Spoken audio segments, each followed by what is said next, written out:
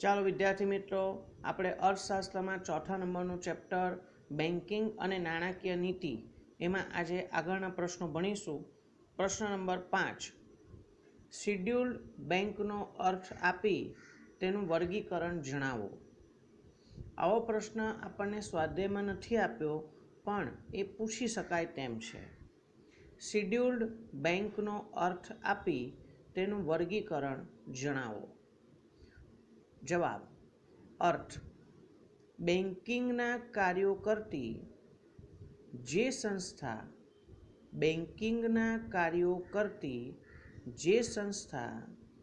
Reserve bank of ઇન્ડિયાના 1934 ધારાની બીજી અનુસૂચિમાં પ્રવેશ પામી હોય અથવા તો તે રીતે સ્થપાઈ હોય તેને શિડ્યુલ બેંક કહેવાય છે.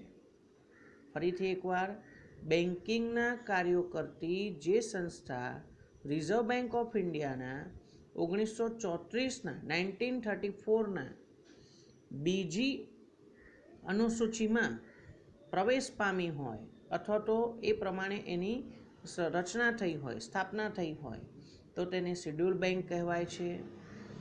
આવી બેંકને રિઝર્વ બેંકના બધા જ નિયમો અને ધારાધોરણો લાગુ પડે છે. શિડ્યુલ બેંકને રિઝર્વ બેંકના બધા જ નિયમો લાગુ પડશે, બધા ધારાધોરણો લાગુ પડશે.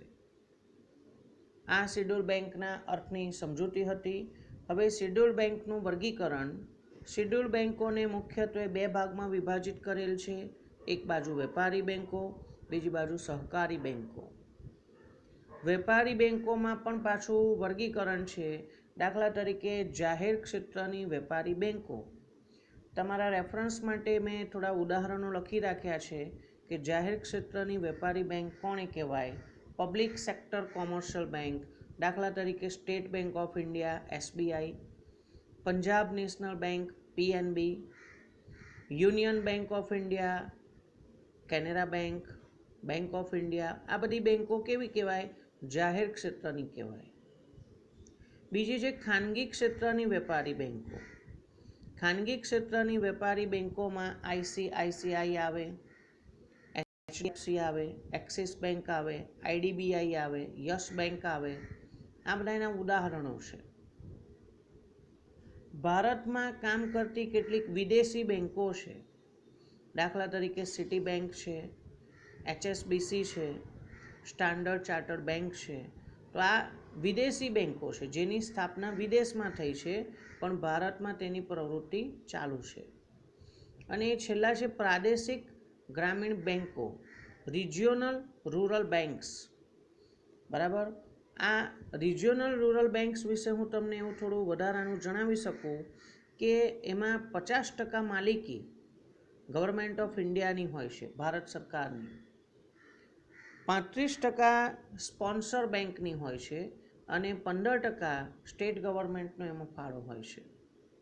આ પ્રાદેશિક ગ્રામીણ બેંકોમાં એકાદ બે તમને ઉદાહરણ આપું કે આંધ્રપ્રદેશ ગ્રામીણ વિકાસ બેંક, અલ્હાબાદ એટલે કે યુપીમાં ગ્રામીણ બેંક. બરાબર. આવી ટોટલ 56 જેટલી બેંકો છે અત્યારે જે પ્રાદેશિક ગ્રામીણ બેંકો તરીકે કાર્યરત છે. ક્વેશ્ચન નંબર 6, મધ્યસ્થ બેંકનો અર્થ આપી તેના કાર્યો સમજાવો. મધ્યસ્થ બેંકનો અર્થ અથવા તેની વ્યાખ્યા આ પ્રમાણે છે. મધ્યસ્થ બેંક એટલે દેશની સર્વોચ્ચ બેંક જેના મુખ્ય કાર્યોમાં નાણાં બજાર અને બેન્કિંગ ક્ષેત્રની મદદ, નિયંત્રણ અને પ્રોત્સાહન તથા દેશના આર્થિક હિત માટે નાણાકીય સ્થિરતા લાવવી, આ બધાનો સમાવેશ થતો હોય છે. ફરી એકવાર, મધ્યસ્થ બેંક એટલે દેશની સર્વોચ્ચ બેંક જેના મુખ્ય કાર્યોમાં નાણાં બજાર અને બેન્કિંગ ક્ષેત્રને મદદ કરવાનું છે, નાણાં બજાર અને બેન્કિંગ ક્ષેત્ર ઉપર નિયંત્રણ રાખવાનું છે, નાણાં બજાર અને બેન્કિંગ ક્ષેત્રને પ્રોત્સાહન આપવાનું છે તથા દેશના આર્થિક હિત માટે નાણાકીય સ્થિરતા લાવવી. ફાઇનાન્શિયલ સ્ટેબિલિટી ત્યારે કહેવાય કે જ્યારે અર્થતંત્રમાં ફુગાવો કે મંદીનું સર્જન ન થવું જોઈએ. જ્યારે અર્થતંત્રમાં ફુગાવો કે મંદી ન હોય તો આપણે એવું કહી શકીએ કે નાણાકીય સ્થિરતા અર્થતંત્રમાં છે. આરપી કેન્ટે મધ્યસ્થ બેંકની વ્યાખ્યા આપી છે, જે નીચે મુજબ છે. મધ્યસ્થ બેંક એટલે એવી સંસ્થા કે જેને દેશના એટલે કે પ્રજાના સામાન્ય હિત માટે અર્થતંત્રમાં નાણાંનો જથ્થો જે છે, નાણાંનો જથ્થો અથવા નાણાંનો પુરવઠો કહેવાય, નાણાંનું પ્રમાણ. ફરીથી, મધ્યસ્થ બેંક એટલે એવી સંસ્થા કે જેને દેશના એટલે કે પ્રજાના સામાન્ય હિત માટે અર્થતંત્રમાં નાણાંના જથ્થાના એટલે કે નાણાંના પ્રમાણના વિસ્તરણ અને સંકોચનની જવાબદારી સોંપવામાં આવી હોય છે. આપણા દેશના આર્થિક હિત માટે આપણા દેશમાં નાણાંનું પ્રમાણ ઘટાડવાની એને જવાબદારી સોંપેલી છે. વિસ્તરણ અને સંકોચન એવા શબ્દો યુઝ કર્યા છે. નાણાંનું પ્રમાણ કાં તો વધારી શકે છે કાં તો નાણાંનું પ્રમાણ ઓછું કરી શકે છે. ભારતની મધ્યસ્થ બેંક રિઝર્વ બેંક ઓફ ઇન્ડિયાના નામે ઓળખાય છે, જેને આપણે RBI reserve bank of India તરીકે ઓળખીએ છીએ. બીજી એક માર્ક માટે બહુ મહત્વની વિગત છે કે રિઝર્વ બેંક ઓફ ઇન્ડિયાની સ્થાપના 1 એપ્રિલ 1935માં થઈ હતી. રિઝર્વ બેંક ઓફ ઇન્ડિયાની સ્થાપના 1 એપ્રિલ 1935માં થઈ હતી, જ્યારે જાન્યુઆરી 1, 1949માં આરબીઆઈનું રાષ્ટ્રીયકરણ કરવામાં આવ્યું હતું. એટલે જ્યારે બેંકની સ્થાપના થઈ ત્યારે તે પ્રાઇવેટ બેંક હતી. પછી સરકારે તેનું સંચાલન, તેનો અંકુશ પોતાના હસ્તક લીધો. એ છે 1 જાન્યુઆરી 1949માં આરબીઆઈનું રાષ્ટ્રીયકરણ કરવામાં આવ્યું. આ વિગત આપણે ખાસ ધ્યાનમાં રાખીશું. એક માર્ક માટે એમસીક્યુમાં કે બી વિભાગમાં પ્રશ્ન પૂછી શકાય છે. આરબીઆઈની સ્થાપના 1 એપ્રિલ 1935. આરબીઆઈનું રાષ્ટ્રીયકરણ ક્યારે થયું? 1 જાન્યુઆરી 1949. આરબીઆઈના કાર્યો. એમાં આરબીઆઈના કાર્યોને 2 ભાગમાં વિભાજિત કરેલા છે. એક છે આરબીઆઈના નાણાકીય કાર્યો અને બીજું છે આરબીઆઈના બિન નાણાકીય કાર્યો. તો આરબીઆઈના નાણાકીય કાર્યો શું છે એની ટૂંકી સમજૂતી નીચે મુજબ આપી છે. આપણને આવો પ્રશ્ન અલગથી 3 માર્ક કે 5 માર્ક માટે પૂછી શકાય છે કે મધ્યસ્થ બેંકના નાણાકીય કાર્યો સમજાવો. 5 ગુણમાં 5 મુદ્દા સમજાવવાના આવી શકે છે. આરબીઆઈના નાણાકીય કાર્યો નીચે મુજબ છે. નંબર 1, ચલણ બહાર પાડવાનું કાર્ય. એટલે એવું કહે છે કે 2 રૂપિયા અને 2 રૂપિયાથી વધુ રકમની જેટલી પણ ચલણી નોટો છે એ છાપવાની અને બજારમાં મૂકવાની ફરજ આરબીઆઈ બજાવે છે. રૂપિયા 2 અને 2થી વધુ રકમની નોટો છાપવાની અને બજારમાં મૂકવાની ફરજ આરબીઆઈ બજાવે છે. ચલણી સિક્કાઓ અને 1 રૂપિયાની કાગળની નોટ, કાગળની નોટ, ચલણી સિક્કાઓ અને 1 રૂપિયાની કાગળી નોટ ભારત સરકારના નાણાં ખાતા દ્વારા બહાર પાડવામાં આવે છે. ચલણી સિક્કાઓ અને ₹1ની કાગળની નોટ એ ભારત સરકારના નાણાં ખાતા દ્વારા બહાર પાડવામાં આવે છે. સરકારના એજન્ટ તરીકે આરબીઆઈ તેમની વહેંચણી કરવાની જવાબદારી નિભાવે છે. એટલે ભારત સરકાર દ્વારા જે ચલણી સિક્કાઓ અને 1 રૂપિયાની નોટો બહાર પાડવામાં આવે છે એ લોકો સુધી પહોંચાડવાનું કામ રિઝર્વ બેંક કરી આપે છે. તેની વહેંચણી, ડિસ્ટ્રીબ્યુશન એ લોકો સુધીને કરી આપે છે. બીજો મુદ્દો, સરકારની બેંક તરીકેનું કાર્ય. આરબીઆઈ કેન્દ્ર સરકાર તથા રાજ્ય સરકારોની બેંક તેમના નાણાકીય એજન્ટ તેમના નાણાકીય એજન્ટ તથા નાણાકીય સલાહકાર તરીકેની ફરજ બજાવે છે. આરબીઆઈ કેન્દ્ર સરકાર તથા રાજ્ય સરકારોની બેંક તેમના નાણાકીય એજન્ટ તથા નાણાકીય સલાહકાર તરીકેની ફરજ બજાવે છે. હવે સરકારના એજન્ટ તરીકે શું કામ કરે છે? તો સરકારના એજન્ટ તરીકે સરકારના બોન્ડ બહાર પાડવાના હોય, સરકારના ખાતાઓ મેન્ટેન કરવાના હોય, ચલણી સિક્કાઓ જે સરકાર દ્વારા બહાર પાડવામાં આવે છે એને લોકો સુધી પહોંચાડવાના હોય, એની વહેંચણી કરવાની હોય, ₹1ની નોટો વગેરેનો વહીવટ કરે છે તથા સરકારને જરૂર પડે તો ધિરાણ પણ આપે છે. સરકારને ધિરાણ પણ આપે છે. આમ આપણને આ બીજા નંબરનો મુદ્દો આપેલો છે સરકારની બેંક તરીકેનું કાર્ય. પોઈન્ટ નંબર 3, બેંકોની બેંક અને બેંકોના અંતિમ સહાયક તરીકેનું કાર્ય. બેંકોની બેંક તથા અન્ય બેંકોના એટલે કે બેંકોના અંતિમ સહાયક તરીકેનું કાર્ય. આરબીઆઈ ભારતની બધી જ શેડ્યુલ્ડ બેંકોની બેંક છે તથા નિયમનકાર છે. એટલે આરબીઆઈ ભારતની બધી જ બેંકોની ઉપર દેખરેખ રાખનાર છે, એનું નિયમન કરે છે, રેગ્યુલેશન કરે છે. તે બેંકોની રોકડ અનામતોનું સંચાલન કરે છે. એટલે રિઝર્વ બેંક દ્વારા વેપારી બેંકોમાં કેટલી રોકડ રહેશે, કેટલી રોકડ આવે છે, કેટલી રોકડ જાય છે, એનો બધો દેખરેખ રાખવામાં આવે છે. બેંકોની રોકડ અનામતનું સંચાલન કરે છે. વેપારી બેંકોની ધિરાણ અંગેની નીતિની દિશા નક્કી કરે છે. વેપારી બેંકોની ધિરાણ અંગેની નીતિની દિશા નક્કી કરે છે. એનો મતલબ કે વેપારી બેંકો કોને કેટલી રકમ ધિરાણ આપશે, બરાબર, કેટલો વ્યાજનો દર હશે, એ બધું એ લોકોને વેપારી બેંકોને દિશા સૂચન કરે છે. વેપારી બેંકોની ધિરાણ અંગેની નીતિની દિશા નક્કી કરે છે અને વ્યાજના દર આદેશિત કરે છે.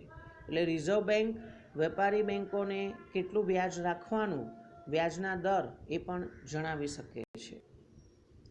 કોઈપણ શેડ્યુલ બેંકની નાણાકીય કટોકટીના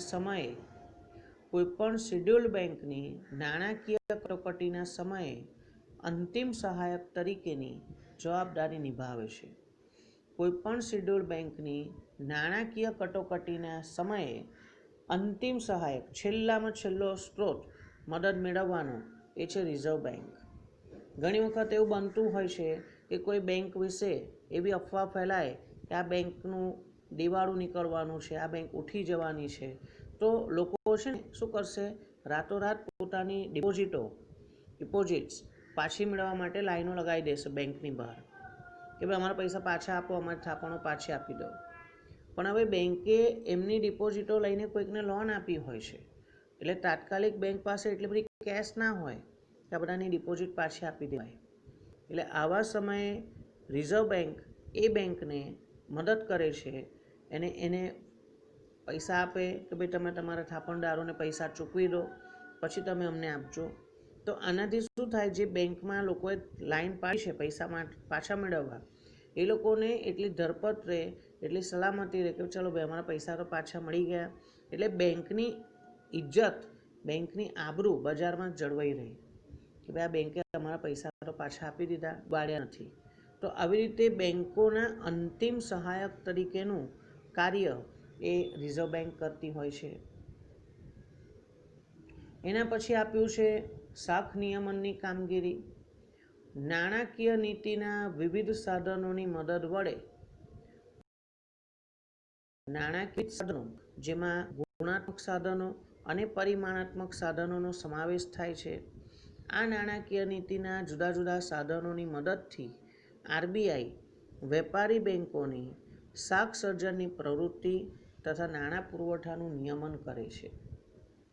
નાણાકીય નીતિના વિવિધ સાધનો, ગુણાત્મક સાધનો, ધારો કે માર્જિન રિક્વાયરમેન્ટ હોય, માર્જિનની જરૂરિયાત હોય. એટલે શું કે બેંકમાં આપણે લોન લેવા જઈએ તો જે મિલકત ગીરવે મૂકવાની હોય તો એ મિલકતની પૂરેપૂરી રકમની તમને લોન ના મળે. ધિરાણ ટોચ મર્યાદા બાંધવામાં આવે છે, ભેદભાવયુક્ત વ્યાજ દર રાખવામાં આવે છે, સલામતીની જરૂરિયાત બેંક લોન આપતી વખતે આપણી પાસેથી કંઈક ને કંઈક સિક્યોરિટી માંગે છે કે ભાઈ શેના બેઝ ઉપર તમને અમે લોન આપીએ, કંઈક ગીરવે મૂકો, મકાન છે, મોટર છે, સોનું છે વગેરે. તો એ બધી જે પદ્ધતિ છે એ નાણાકીય નીતિના ગુણાત્મક સાધનો છે, જેનાથી શું કરી શકાય છે, કાં તો વેપારી બેંકોને વધારે ધિરાણ આપવા દેવામાં આવે છે, એનો મતલબ શાક સર્જનની પ્રવૃત્તિ વધારી શકાય છે, અથવા તો શાક સર્જનની પ્રવૃત્તિ ઘટાડી શકાય છે. એવી રીતે કેટલાક નાણાકીય જે પરિમાણાત્મક સાધનો છે નાણાકીય, દાખલા તરીકે બેંક રેટ હોય, બરાબર, repo rate, reverse repo rate.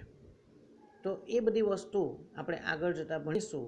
પણ આ બધાનો ઉપયોગ કરીને રિઝર્વ બેંક શું કરી શકે છે, તો વેપારી બેંકને કાં તો શાક સર્જન કરવા દેશે, કાં તો એના પર અંકુશ લાવી દેશે. 5મો પોઈન્ટ, વિદેશી હુંડિયામણની જાળવણીનું કાર્ય. જ્યારે વિદેશી હુંડિયામણનો દર બજારમાં એની માંગ અને પુરવઠાના આધારે નક્કી થતો હોય, ત્યારે આરબીઆઈ બજારમાં વિદેશી હુંડિયામણની ખરીદી કરે છે કાં તો વેચાણ કરે છે.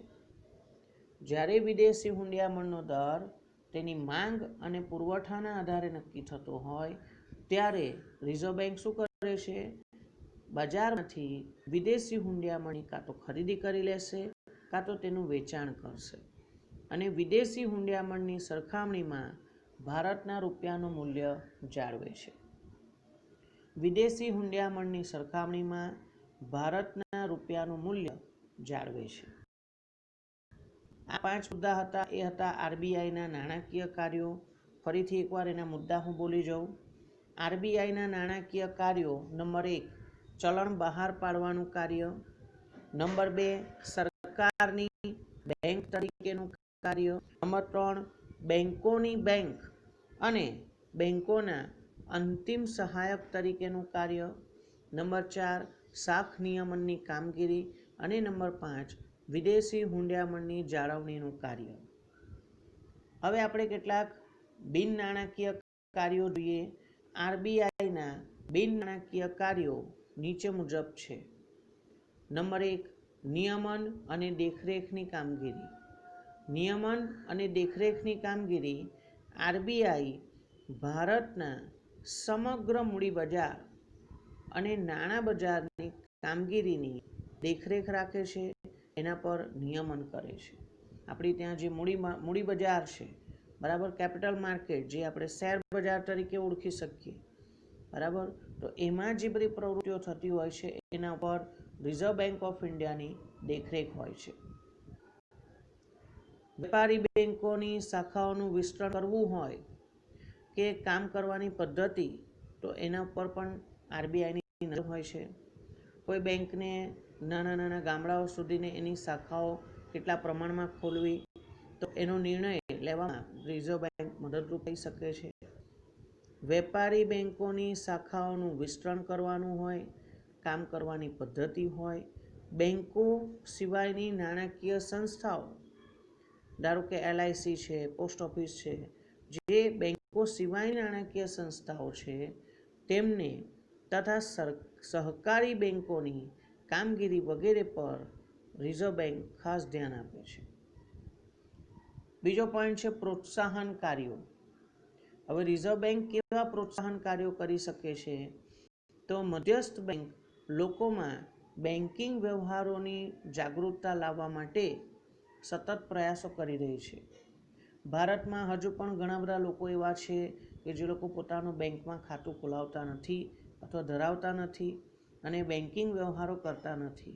તો એવા લોકોને બેંકમાં ખાતું ખોલાવે અને બેંક દ્વારા પૈસાની લેવડ દેવડ થાય, બરાબર, પોતાને પૈસા પોતાની બચતો બેંકમાં જમા કરાવે, જરૂર પડે તો એમાંથી પૈસા ઉપાડે, કોઈકને પેમેન્ટ કરે.